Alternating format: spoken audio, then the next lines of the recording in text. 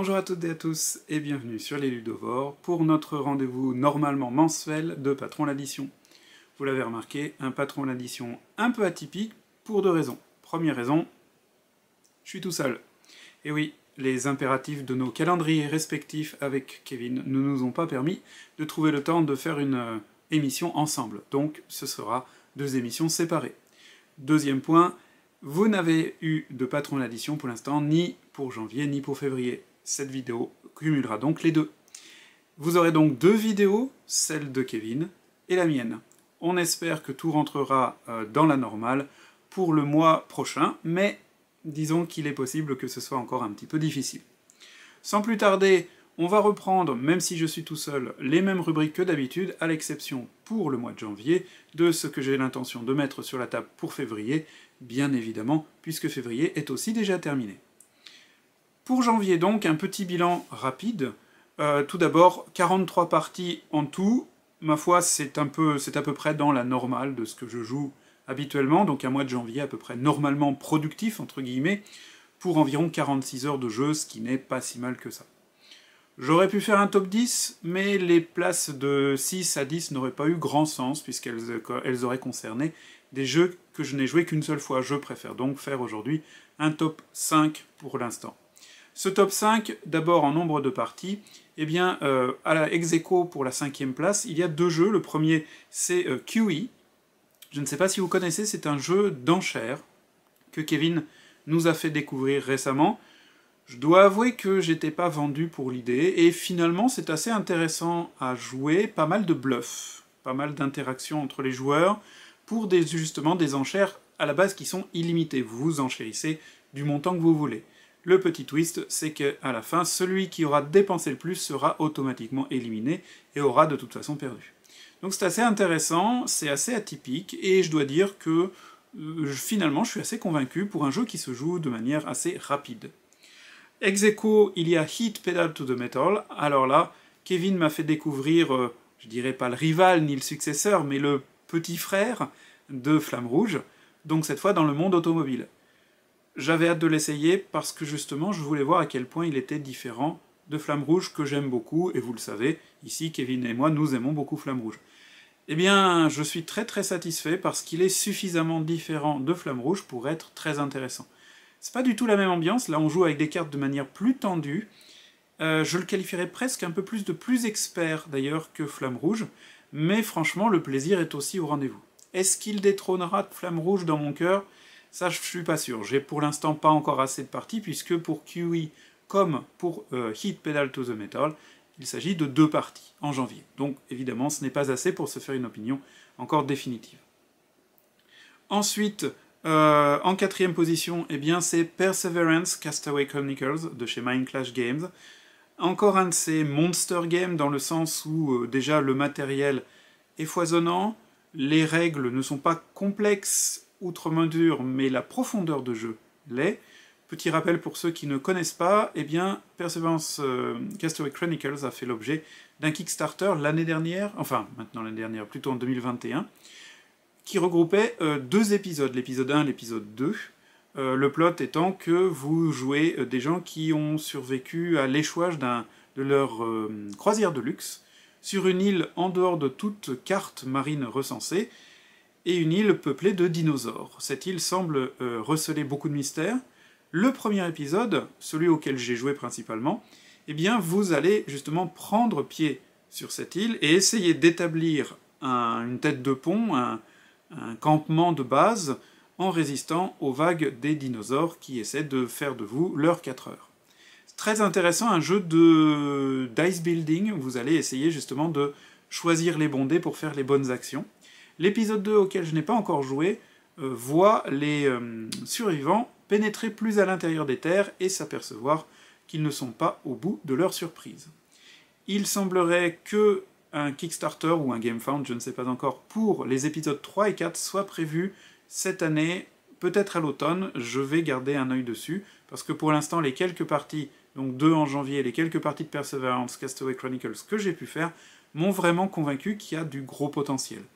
Par contre, c'est un jeu complexe, à la Mind Clash Games. Ensuite, en troisième position, c'est un jeu qui est devenu chez moi plutôt un classique, une valeur sûre, c'est Dune Imperium. Alors à l'occasion notamment de l'arrivée de la dernière extension, Immortality.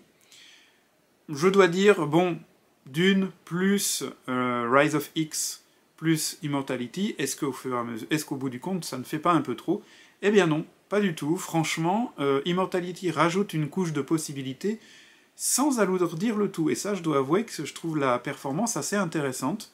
Même, j'ai fait jouer une de nos collègues, nous avons fait jouer une de nos collègues à la complète de Dune, c'était la première fois qu'elle y jouait. Donc Dune, Immortality, enfin Rise of X et puis Immortality. Et c'est passé sans aucun problème, ce qui prouve que ces extensions étaient bien conçues dès le départ. J'aime beaucoup les différentes possibilités que ça ouvre, cette possibilité justement d'économiser certaines troupes pour les modifier génétiquement, de coupler certaines cartes pour en doubler, pour en maximiser les effets, c'est vraiment un autre chemin qu'on peut emprunter. Et par rapport au jeu de base, je trouve que maintenant, le combat qui est amené par les cartes d'intrigue n'est plus si central que ça. Et personnellement, je trouve ça bien parce que vous n'êtes pas obligé de vous focaliser sur un aspect. Après, on pourra peut-être regretter un petit peu le fait que la monnaie du jeu, le Solaris, moi je trouve, elle sert toujours pas à grand-chose une fois que vous avez passé le milieu de la partie. Personnellement, c'est un défaut très modéré qui ne gâche en rien le jeu.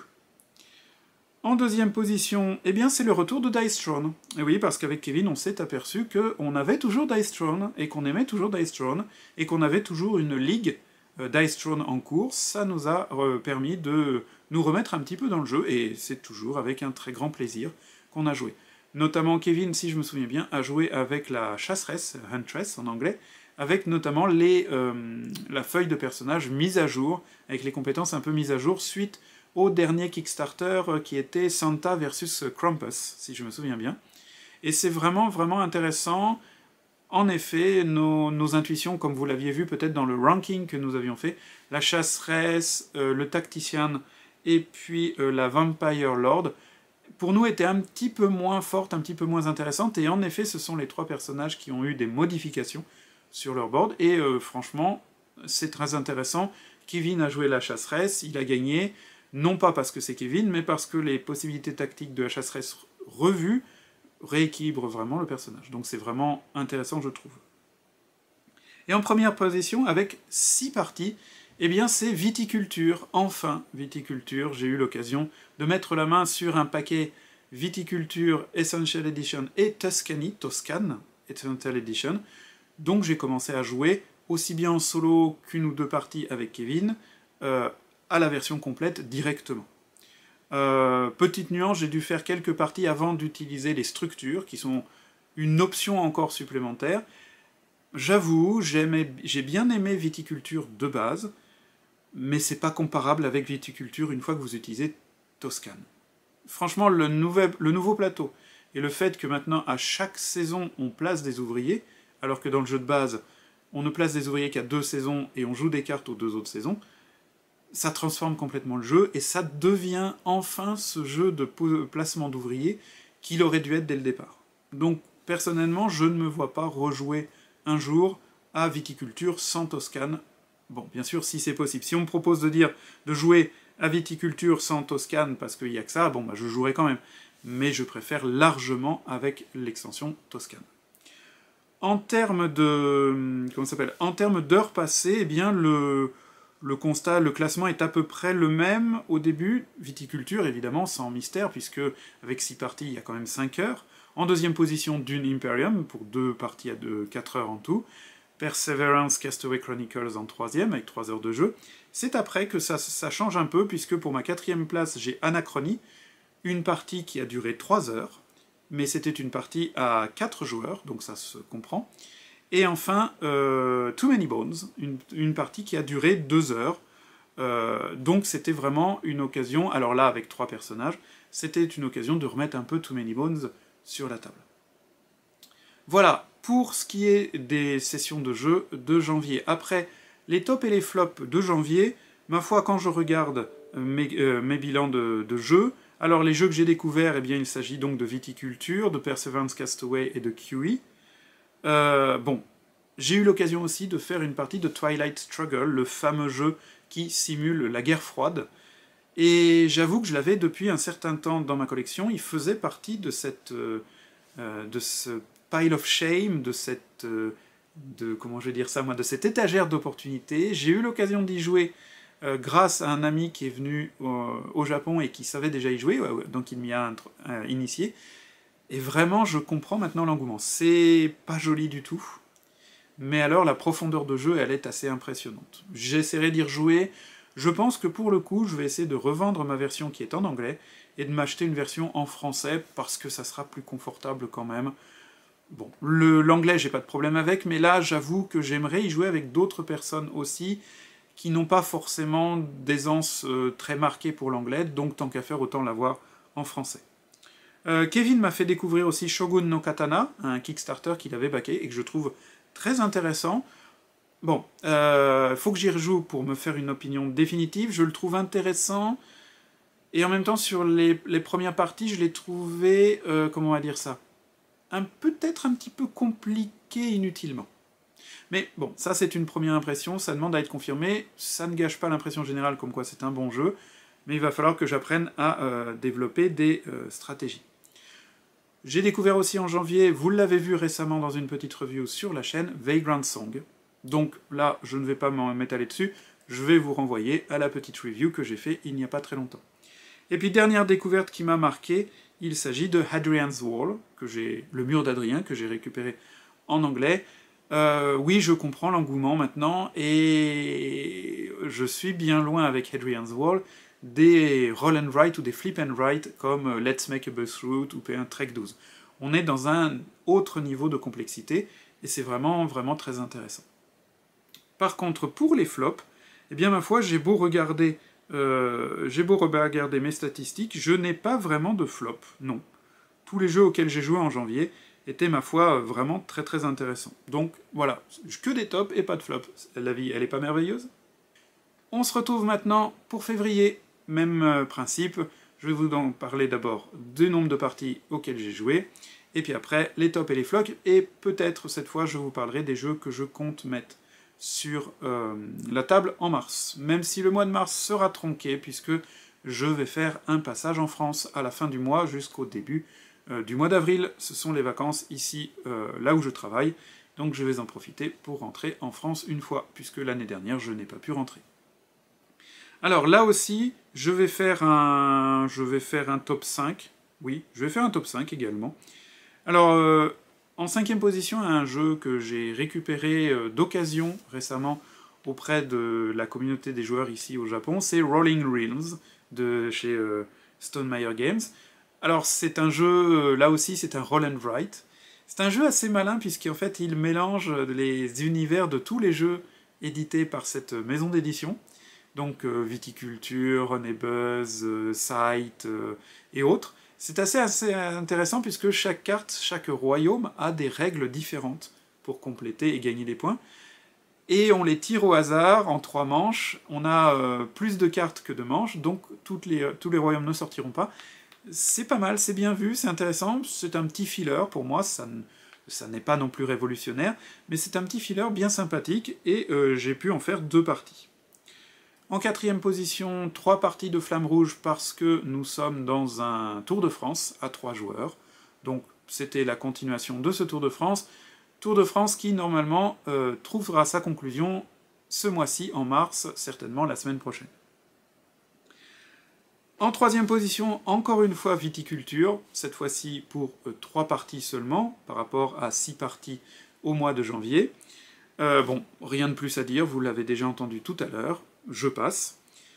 Ensuite, en 2e position, Vagrant Song avec 6 parties. Donc là encore, je vous renvoie à ma petite review, mais vous vous doutez bien que si j'ai fait 6 parties, c'est que le jeu me plaît. Et le numéro 1, eh bien c'est un jeu auquel j'ai enfin pris le temps d'essayer de jouer, pour 9 parties, et il s'agit de Ark Nova. Alors sur les 9 parties, j'ai dû faire une partie multijoueur avec Kevin. C'était notre première partie, d'ailleurs, c'était ma première partie et sa première partie. Et l'impression que cette partie nous avait laissée était une impression justement d'un jeu solide, d'un jeu qui n'usurpait pas la bonne réputation qu'il avait un peu partout sur Internet et parmi les joueurs. Et puis après, bien entendu, j'ai voulu tester le solo. Alors j'ai testé une partie le solo de la boîte, sympa, mais c'est une course, puisque vous avez un nombre de tours limité. Voilà, c'est pas inoubliable, très honnêtement. Ça fait le boulot, mais c'est pas inoubliable. Par contre, je me suis lancé dans Arno, l'automate qui se trouve sur le forum de Board Game Geeks, et qui dispose d'un petit site web d'aide de gestion. Et là, j'avoue, oui, là c'est plaisant, puisque bien en fait, vous pouvez rajouter le nombre d'automatons que vous voulez. Donc moi, généralement, maintenant, je joue solo plus 2 Arno. Donc ça fait comme si on jouait à 3 heures. Et l'un dans l'autre, eh bien, tout en jouant à 3 joueurs comme ça, 2 automatons plus moi, les automates sont tellement faciles à gérer que ça me prend maintenant 1 heure de jeu. 1 heure et quart maximum quand j'ai un peu de paralysie analytique pour bien décider de ce que je veux jouer. Et c'est vraiment intéressant parce qu'en plus Arno possède un certain nombre de niveaux de difficulté, donc j'ai commencé avec le plus facile, et quand j'ai eu l'impression d'avoir fait un petit peu le tour de plus facile, j'ai monté de niveau, et là j'ai senti tout à fait la différence. Donc c'est vraiment intéressant. Maintenant, est-ce que je suis fan d'Ark Nova? Ça c'est une question que je me pose et qui me trouble beaucoup, je dois avouer. 9 parties, évidemment, je ne le déteste pas. Si j'avais détesté Ark Nova, j'aurais pas fait 9 parties et je l'aurais revendu. Donc ce jeu me plaît. Ce jeu est solide, je le reconnais, il est bien conçu, il tourne bien. L'aspect visuel, on aime, on n'aime pas, c'est une affaire de goût. Moi, par exemple, j'adore Terraforming Mars pour son côté visuel aussi, alors que beaucoup de gens le détestent, ne l'aiment pas visuellement parce qu'ils le trouvent vieux, mal illustré, tout ça. Finalement, Ark Nova, ce sont des photos d'animaux. Bon, le plateau n'a rien non plus de très passionnant, l'argent est représenté par des carrés avec des chiffres dessus. Soyons honnêtes, c'est pas le matériel qui va nous épater la galerie. Mais, en effet, moi, je joue sans problème. J'y joue sans problème, j'accepte d'y jouer, avec plaisir. Je peux même proposer d'y jouer, et pourtant, ce jeu ne me passionne pas. Et je ne peux pas expliquer pourquoi. En même temps, j'y reviens pour tester des nouvelles maps, pour tester des nouvelles difficultés du mode solo, et en même temps, c'est pas la passion que pourrait déclencher, par exemple, un Dwellings of Eldervale, un Kanban EV, un Anachronie. J'en suis très très loin. Et très honnêtement, si jamais je devais absolument me séparer d'une partie de ma collection, Ark Nova ferait partie des jeux que je vendrais, sans aucun remords, sans aucun regret. Donc c'est un jeu qui pour l'instant pour moi est une énigme. J'espère y rejouer en multijoueur, en réel multijoueur très bientôt. Mais voilà, c'est un jeu qui est un peu entre deux mondes, entre deux univers pour moi, et c'est la première fois que ça m'arrive et ça me trouble beaucoup. Pour mon classement en termes de temps de jeu, eh bien, ça va pas beaucoup changer, puisque dans le top 5, il y aura un seul changement. Alors évidemment, Ark Nova est en tête, puisque 9 parties, 12 heures, logique. Vagrant Song avec 6 parties, environ 5 heures. Donc là, vous voyez, Vagrant Song, principalement en solo, n'est pas un jeu qui prend trop de temps sur la table, donc c'est aussi un bon point. Viticulture, 3 heures pour 3 parties. Et puis, c'est là le changement, en 4ème position, un jeu auquel je n'ai joué qu'une seule fois en février, c'est Unsettled. Mais encore une fois, quelle partie! Quelle sacrée partie à 3 joueurs, quel kiff... Non, à 4 joueurs, pardon. Quel kiff ça a été, franchement. Je suis content que le Pledge Manager de Unsettled pour la 2e édition, enfin l'extension, la 2e saison et la réassort de la 1re saison soit ouvert jusqu'en mai, parce que ça me laisse réfléchir. Mais qu'est-ce que ça va être difficile de ne pas craquer pour ce jeu. Alors que Kevin le possède, au moins dans la 1re saison, donc je n'ai aucune justification pour l'acheter. Mais voilà, je pense que quand même, il s'agit d'un de ces jeux qu'on doit avoir dans sa ludothèque, ou au moins qu'on doit avoir testé une fois dans sa vie, au cas où on n'aimerait pas. Mais en tout cas, c'est une expérience de jeu. C'est vraiment autre chose. Et enfin, en 5ème position, eh bien c'est Flamme Rouge avec 2 heures pour 3 parties. Alors maintenant, les tops et les flops. Les tops et les flops. Alors, j'ai découvert donc en février Ark Nova. Je viens de vous en parler un peu en longueur, je ne m'attarde pas dessus. J'ai découvert aussi Rolling Realms, je vous en ai parlé tout à l'heure, là pareillement, je ne m'attarde pas. Pour le reste, eh bien, le flop, c'est pas vraiment un flop, on en a déjà parlé plusieurs fois sur la chaîne. Il s'agit du dilemme du roi.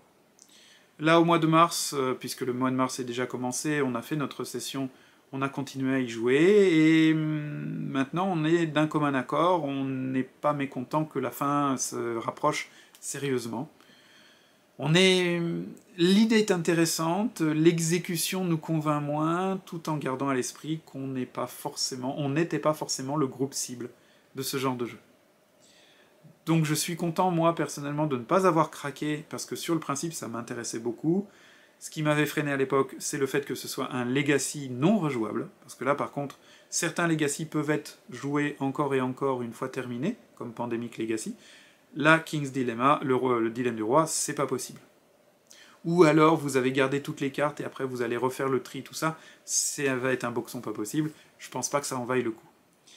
Mais voilà, l'exécution du dilemme du roi ne m'aura pas enthousiasmé assez pour que je m'intéresse au dilemme de la reine, qui est la suite. Malgré le fait qu'on me dit que le dilemme de la reine réglera un certain nombre des problèmes, entre guillemets, rencontrés par le dilemme du roi. Sans doute.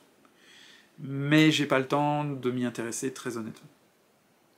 Alors voilà, vous avez les tops, vous avez les flops.